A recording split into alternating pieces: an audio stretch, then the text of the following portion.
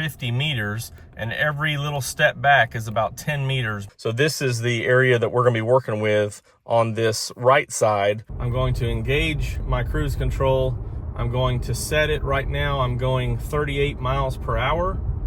And what's up, everybody? I'm Jonathan Sewell Sales at Mitchell Mazda on the Boulevard in Enterprise, Alabama. And today we're going to go over how to work, set, and enjoy the Mazda Radar Cruise Control on this Mazda CX-30. So let's jump in. More garbage. Before we crank it up, just wanted to go over the steering wheel. So over here is more of your phone and stereo controls. Here are your cruise control controls. So this is the area that we're going to be working with on this right side, or how your right hand will be functioning going down the road controlling that. So the first thing that we're going to do is engage or turn on the cruise control, and you see that right up here it flashes this emblem with 3 dashes, which is where the speed will be set. And you also saw something else pop up that shows the distance that it's set, and you have that control right here. Of course, it's using the radar that's out front, and so you have that option of how to bring that in or out from the sensor in the front of the vehicle to you know, how far of a distance it's monitoring vehicles or objects in front of you. And you see that you have the long segment, which is about 50 meters, and every little step back is about 10 meters back, or roughly, I believe that converts to around 30 feet-ish, somewhere in that range. So maybe a little more than 30 feet. So I would recommend the far range for the highway because you're going faster and need more time to stop or slow down. And then if you want to use cruise control in the city, you don't need it to read vehicles so far ahead of you, but just keep a little buffer in front for enough time to stop at slower speeds. Now one of the reasons that it starts with 19 miles per hour is because this one has stop and go, which starts at 19 miles per hour.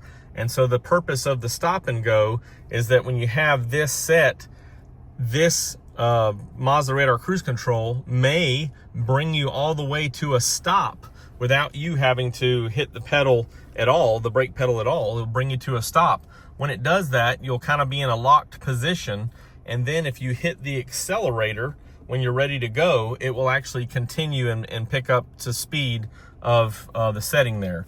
Now, of course, this being an adaptive system, as you're driving down, if someone is in front of you going 55 and you have it set on 65, it will slow you down to their 55, and you'll see that on the speedometer going down, even though it'll still show 65 as being set.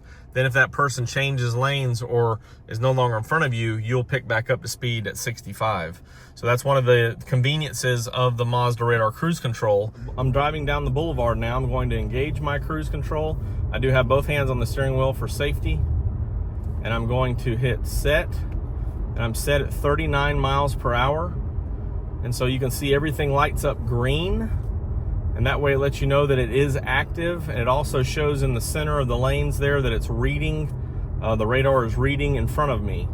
So everything's going to be active and live. I can toggle down my speed.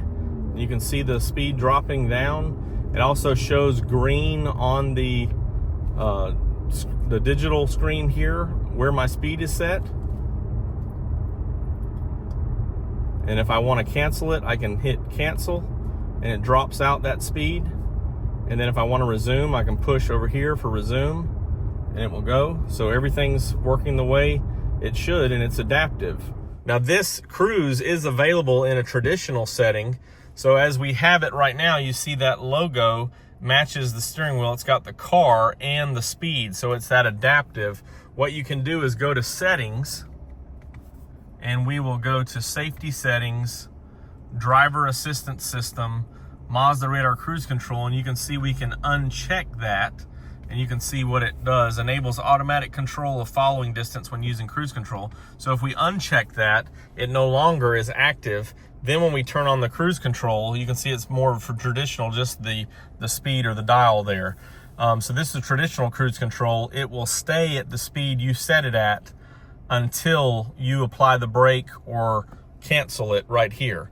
So just be careful that if you're going to be playing in the settings, and maybe if there's multiple drivers, that you pay attention to which cruise control it is, because you don't want to be expecting it to slow down automatically and it not, and then you could have a collision.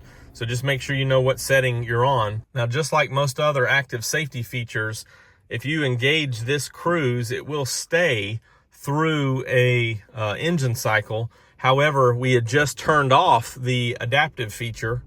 Cranking it back up, you see that it's back here. So it automatically goes back to the adaptive feature. So in the event that you do change it, we'll see here that it is checked now as we completed an engine cycle or turned it off and turn it back on.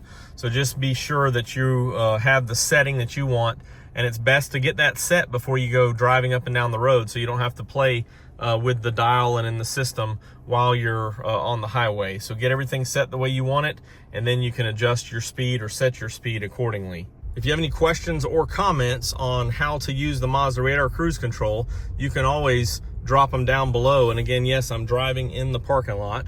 Or you can text me at 334-718-0504.